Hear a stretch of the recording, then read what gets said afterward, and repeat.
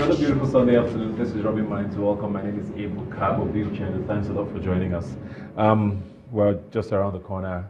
From May the 29th, we'll be having the start of a new dispensation, not a new president, but probably a new government. I know President Muhammadu Buhari did say quite a bit with regards to his cabinet, especially in the last week, talking about the reasons why he didn't change them, but he said that they can work until the 28th of May.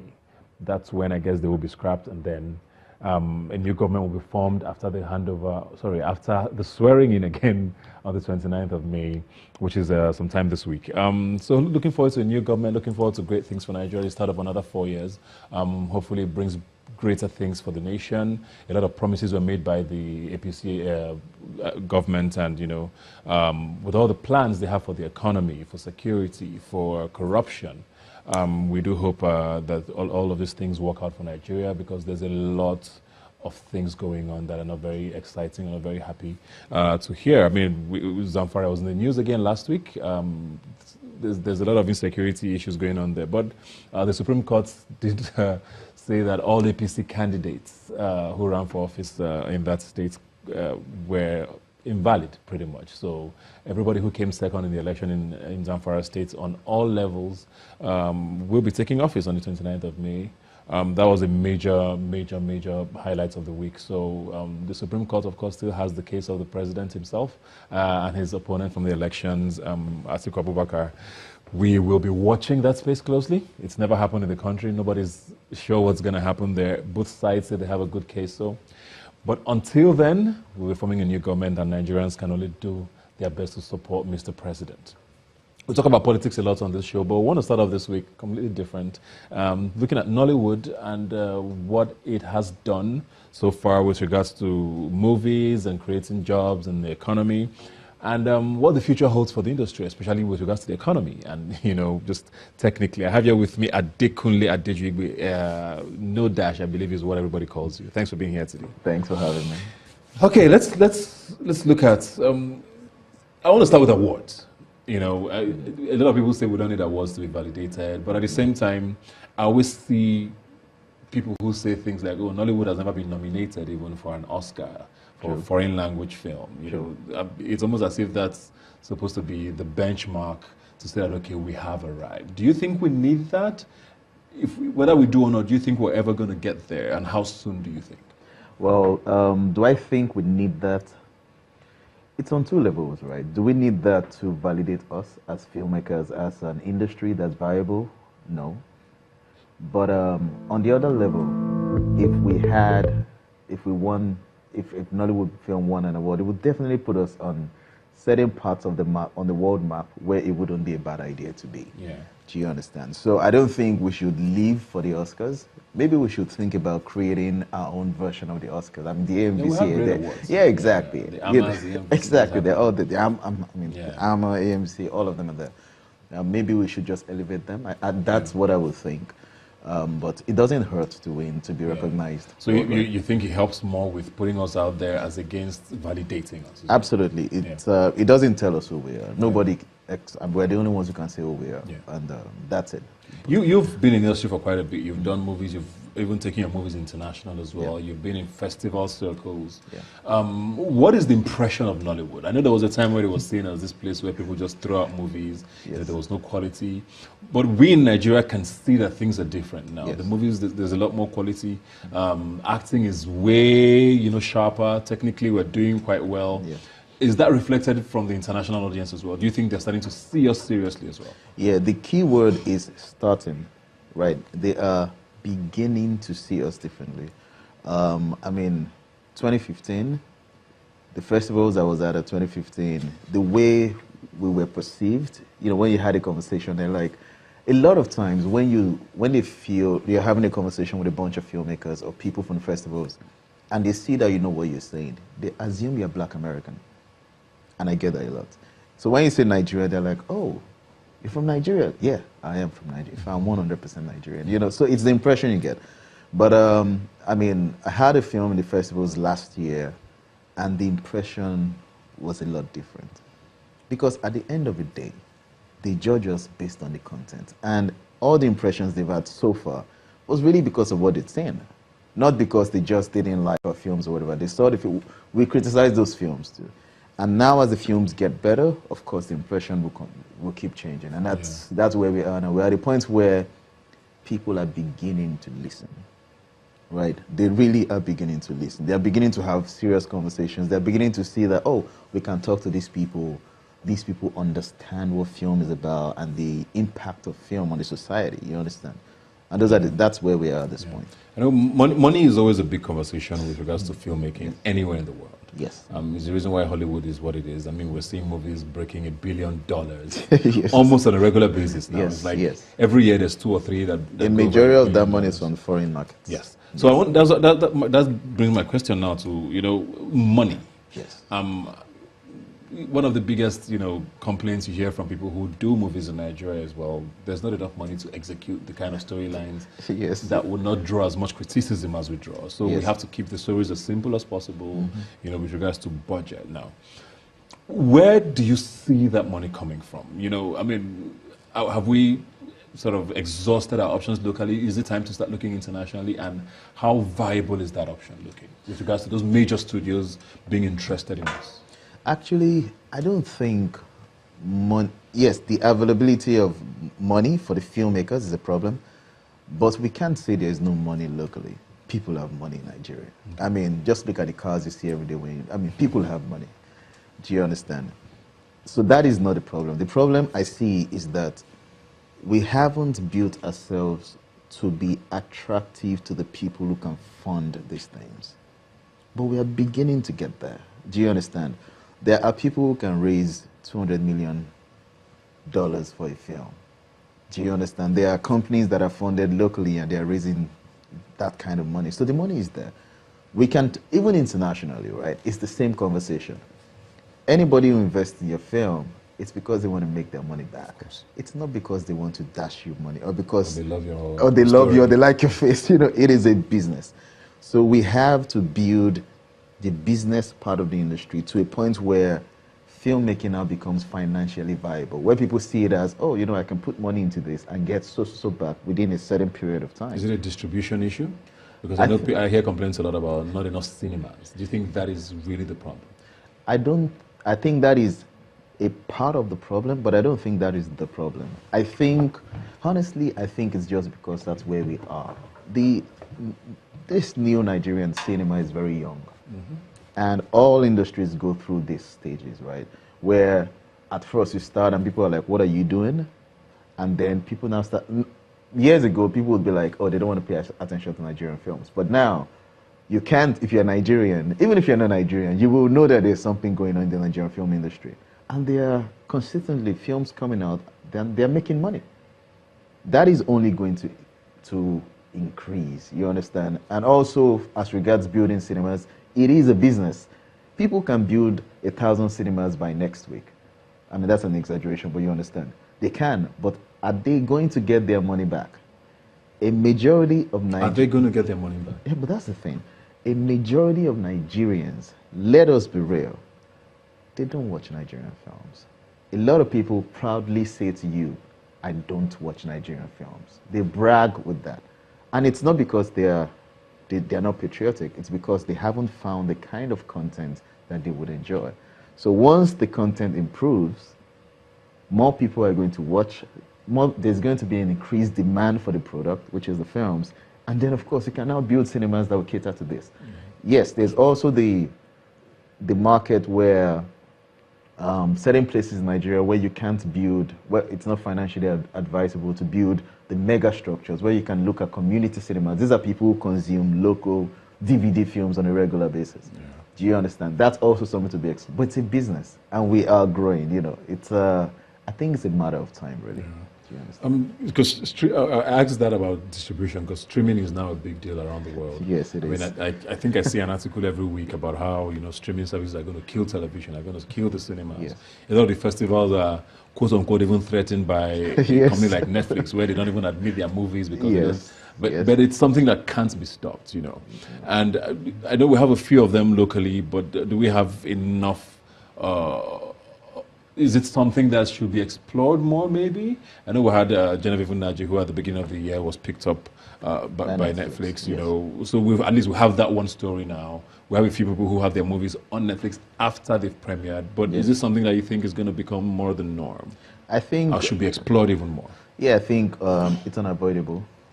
You can't, I mean, streaming puts your content everywhere you go in your hands. You can't. It makes so much sense that you can't fight it. Yeah. Right? Now, should it be explored more? Absolutely. But you have to also understand that you can't, to stream, you need good internet connection.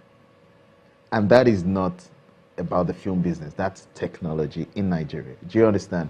So those are things that have to grow side by side. Because the film industry, as with every industry, it doesn't exist in isolation. There are so many other industries that have to, as they progress, we progress. Yeah. Do you understand? You can build your platform today, but if the people on the streets cannot access it, what's the point? I want to go back to something that you actually mentioned earlier when you're talking about, you know, the fact that a lot of people still don't watch Nollywood movies because of the kind of content. Mm-hmm. You know, that's sort of an indictment on people like you. I mean, you're a filmmaker. Yes. Why is that? Because storylines, for example, a lot of people feel are very monotonous. We kind of, people say, oh, they watch a movie, by the 10th minute, they know how it's going to end. They know who's going to die. They know who's going to survive. You know, the stories sometimes seem very just, you know, basic. Why is there no sort of need or urgency from filmmakers, this is me speaking generally now, I'm not saying that it's that way, you know, to be better with content? You know, what is really the issue? Well, I think it comes down to the business, right? Most filmmakers depend on producers to fund their films, right? And producers, because they are business people, they think about what's going to sell, not what's creative, not necessarily what the audience will think is artistic. No, it's what is going to sell. And you can't blame them. It's an investment, right? So over the past few years, there's been this drive in the film industry where everybody says, these are the highest selling films in Nigeria. Let's make films like that. I don't think it's a logical way to think, but I understand it. It's a business, you know. But over the past 2 years, that is changing. It has changed, right? And it's still changing.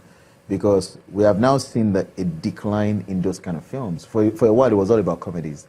But if you check the figures, you see that the amount people are making from comedies is really dropping very fast. Because the audience isn't stupid. It gets to a point where people are like, I'm not going to pay to watch a film that I've seen 10 times. Do you understand? We're just different actors. You understand? So right now, we're at a point where people are beginning to look for filmmakers who are a bit more artistic. The audience is asking for that. But we're in this stage where the producers are also still trying to figure out what works. It's kind of like when you think about Hollywood.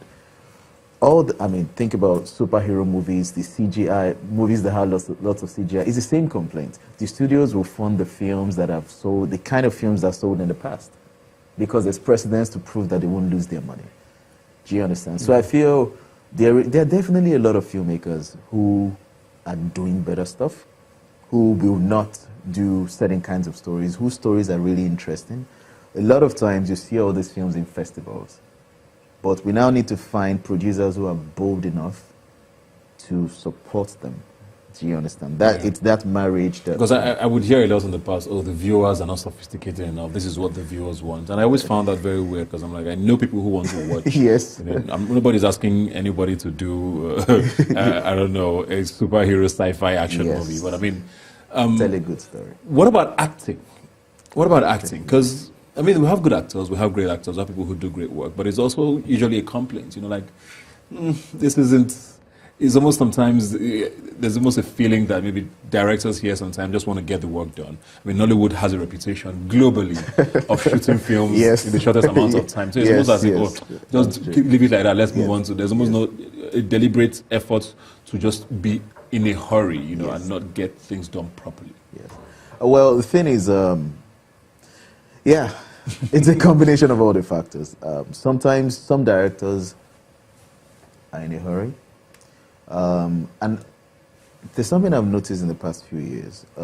There's been a lot of hype about directing, which I don't understand. Okay. So I found a lot of people who actually are fantastic producers, but now they want to be directors. And they are not equipped to direct. You understand? So half the time, the actors are directing themselves. Literally, you come on the set, you read the script, a director says, okay, so that's where you start. What's my character? Oh, dude, you know the role, you've read it a lot. You know, so you see all that kind of stuff. But it will keep happening because it happens everywhere in the world. You have good directors, you have bad directors. But the interesting thing for me is the people who are taking time to do it right are beginning to have a voice. Okay. Do you understand? Which is why if you watch 10 Nollywood films, maybe 20, every year, there was a time every year it will be hard to find 2 films you liked. But now you see that you'll find some. That's because more people are doing it right. You just have a movie that's hit the cinemas, I believe. Yes. Delivery Boy. Which has been around for quite a bit. It's done a few festivals around the world. Tell us a little bit about why you did that movie, because it is different. It's not a comedy, is it? No, it's not. So it's not the usual, what we would have expected to see in the cinema in Nigeria. And why did it take this long to hit the cinema? It was deliberate, actually, because at the time, I mean, the movie was made 2015, 2016, and we wanted to take our time to make it. And the reason why we made it in the first place was because I was working in the industry, and I kept seeing the same problems on every single set. And it got to a point I was like, how come these problems don't get fixed? How come we are always running late? How come? There's so many things. But you can't fix a problem you don't understand. So I got my team together and said, we're going to make a film. And this is going to be our way to understand what this problem is. But at the beginning of making that film, it was clear to me that I wasn't sure the cinemas were going to play that kind of film because it wasn't a comedy. And at that point, the only conversation you could have with distributors was about comedies. If you're not making a comedy, they're like, yeah, you're wasting your time. But we were going to do this because we wanted to do it. We wanted to I wanted to tell a story that I would like to watch. Do you understand? And so I made it, and then went to festivals all over the world. We won the Best Nigerian Award at Afrif last year. And, you know, it's really, really been celebrated worldwide, been featured in Variety and all that. So now I think it's shown the distributors that, oh, there's something there. And when we screened in Nigeria, you know, when you're screening outside Nigeria, people can say, it's because they're not Nigerians, but the response in Nigeria is crazy. Which showed everybody that, see, we are Nigerians, we like good stories. The audience is sophisticated. Yeah. And if you give it to us, we will take it. Do you understand? So where did the guts to do that come from? What exactly is different, besides the fact that it's not a comedy? What is different about Delivery Boy? What is it that makes you, you know, feel like this is a standout movie? I think a number of things, actually, right? One, the process. The process the process we went through to make it. The story, of course, is it's not the usual story that you would see. And the portrayal of the characters, because that's something I'm big on. I've heard a lot of comments from people who have seen the films, and one of the things I consistently hear is they say, all the actors that are in the film, the actors you see in other films, but they acted better on Delivery Boy, right? And that's also because, like I said, the process we used. The story is different, the way it was executed. How long did it take to shoot? It took about a couple of weeks, actually. Mm-hmm. For pre-production was the hardest part. It took a while, because everything was done. But when we actually got to shooting it was pretty fast. Yeah. So, aside the story, there's, of course, the way it was filmed, the way it looks, the sound. You know, we actually took our time to make that. And you said something about predictable stories. Trust me, you can't predict how this one will end. So you said you were not sure the cinemas were going to pick it up when you did it. So why would you know, make a movie like that? You know, spend money, I believe. Yes. You know, and I mean, people who want to do things like that might also be watching and wondering, okay, I have this crazy story in my head, but I don't think I'm going to get a penny from anybody. Yes. So what was it you did different? Because I'm in this for the long term. I'm a filmmaker. And you're not going to, this is an industry that I'm in. I'm a part of the industry. If I wanted to grow, I've got to get in. Do you understand? You can't change these things from the outside. And it's going to cost you. Yes, of course we spent money making the film. But it was money that had to be spent. There was a problem. I didn't know the answer to the problems. I kept seeing this problem over and over again. I had to solve them. And if I had to put my money in the line... What are these problems you keep talking about? Production problems. Like, half the time, we would get on a set, call time would be 7 a.m. For people who don't understand, that's the time when the crew gets on set. And we would not start shooting till 3 p.m. And I could not understand it. And then between 3 p.m. and 10, you had to finish all the scenes you had for the day, which explains why you say some things feel rushed. Yes, a lot of things feel rushed because they were rushed. And I'm like, what is happening? But you can see that different. Was that different with your show? Oh yes, this was different. We had a small amount of time to shoot it and we knocked it out. Well, congratulations and good luck with, I mean, we hear a lot of millions are being made in Nollywood these days, so hopefully Delivery Boy does that. I'm looking forward to go seeing it sometime this week. It's showing in all cinemas, I believe? Yes, it's showing in, in most of the cinemas, actually, and then more cinemas. Thanks for being here today. Thanks for having me.